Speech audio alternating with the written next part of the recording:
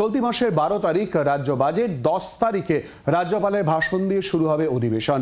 আজ বাজেট অধিবেশনের পূর্ণাঙ্গ সূচি জানিয়ে দিলেন বিধানসভা স্পিকার বিমান বন্দ্যোপাধ্যায়। কয়েকদিন আগে কেন্দ্রীয় বাজেট পেশ হয়েছে, এবার রাজ্য বাজেটের পালা। শুক্রবার আসন্ন বাজেট অধিবেশনের পূর্ণাঙ্গ সূচি ঘোষণা করলেন বিধানসভা স্পিকার বিমান বন্দ্যোপাধ্যায়। 10 ফেব্রুয়ারি রাজ্যপাল সিভি আনন্দ বোসের ভাষণ দিয়ে শুরু হবে বাজেট অধিবেশন। 11 ফেব্রুয়ারি প্রয়াত প্রাক্তন প্রধানমন্ত্রী মনমোহন সিংকে শ্রদ্ধা জানিয়ে প্রস্তাব আনা হবে। 12 ফেব্রুয়ারি বিকেল 4টে বাজেট পেশ করবেন অর্থ প্রতিমন্ত্রী চন্দ্রিমা ভট্টাচার্য। 13 ও 17 ফেব্রুয়ারি রাজ্যপালের ভাষণের ওপর আলোচনা। 18 ও 19 ফেব্রুয়ারি বাজেটের ওপর আলোচনা করবেন বিধায়করা। বাজেট অধিবেশনের আগে দিন সর্বদল বৈঠক এবং বিজনেস অ্যাডভাইজারি কমিটির বৈঠক ডাকা হয়। বৈঠকে বিজেপি বিধায়করা যোগ না দেওয়ায় উষ্মা প্রকাশ করেন স্পিকার। রাজ্যপালের কাছে পাঠানো বেশ কয়েকটি বিল দীর্ঘদিন ধরে কেন আটকে রয়েছে তা নিয়েও প্রশ্ন তোলেন বিমান বন্দ্যোপাধ্যায়।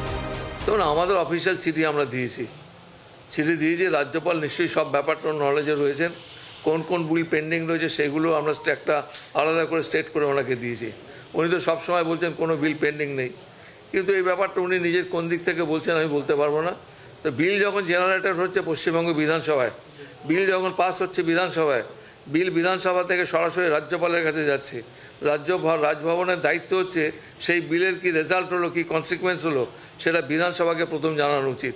অন্য কোনো দপ্তরকে জানালে আমাদের নলেজেই থাকতে পারে না সেটা। গতবার বিধানসভা বাজেট অধিবেশনে রাজ্যপাল বোসকে আমন্ত্রণ জানানো হয়নি। এবার অবশ্য রীতি মেনে রাজ্যপালের ভাষণ দিয়েই শুরু হচ্ছে বাজেট অধিবেশন। প্রবীর ও শ্রেয়সীর রিপোর্ট, জি 24 ঘন্টা।